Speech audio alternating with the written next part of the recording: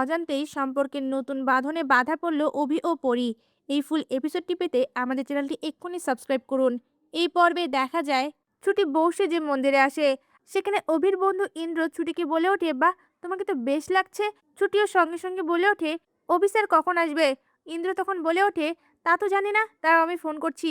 এই বলেই তার ফোনটা বের করে বারবার অভিকে ফোন করতে থাকে।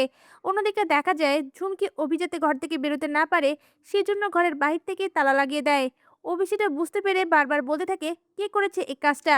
ঝুমকিও বলে ওঠে, মাই লাভ, আমি করেছি এই কাজ। তোমাকে আমার জীবনে বেঁধে রাখার জন্যই এই কাজটা, যাতে তুমি পালাতে না পারো। এই বলেই সেখান থেকে চলে যায়। অভি রেগে গিয়ে বারবার দরজা ধাক্কাতে থাকলেও ঝুমকি কোনোভাবেই দরজাটা খুলে দেয় না। অভি তখন তার ঘরের মধ্যে মনে মনে বলতে থাকে, এখন আমি কি করে বেরোবো? আজ আমাকে যেভাবেই হোক বেরোতে হবে। এই বলে চারিদিকে তাকাতেই তার ঘরের জানালার দিকে চোখ পড়ে। জানালা খুলে নিচের দিকে তাকাতে দেখতে পায় অনেকটা উঁচু। সঙ্গে সঙ্গে বিছানার চাদর তুলে জানালা দিয়ে ঝুলিয়ে দেয়।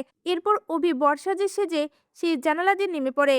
রাস্তার মধ্যে দাঁড়িয়ে অভি তার ফোন চেক করে দেখতে পায় ইন্দ্র তাকে অনেকবার ফোন করেছে।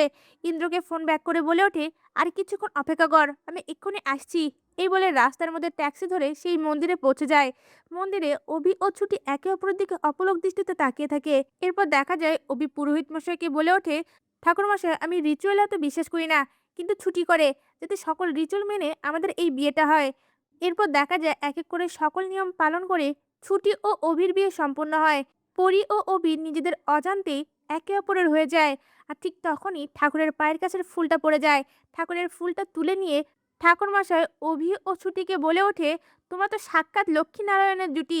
মা নিজে তোমাদেরকে আশীর্বাদ করেছে, তোমাদের বন্ধন 7 জন্মের, কেউ তোমাদের আলাদা করতে পারবে না। এই কথা শুনে অভি অনেক রেগে যায় আর মনে মনে বলতে থাকে, এই বিয়েটা তো 1 বছরের, আর আমি আমার পরীকেই ভালোবাসি। পরীর জায়গা কখনো এই ছুটি নিতে পারবে না।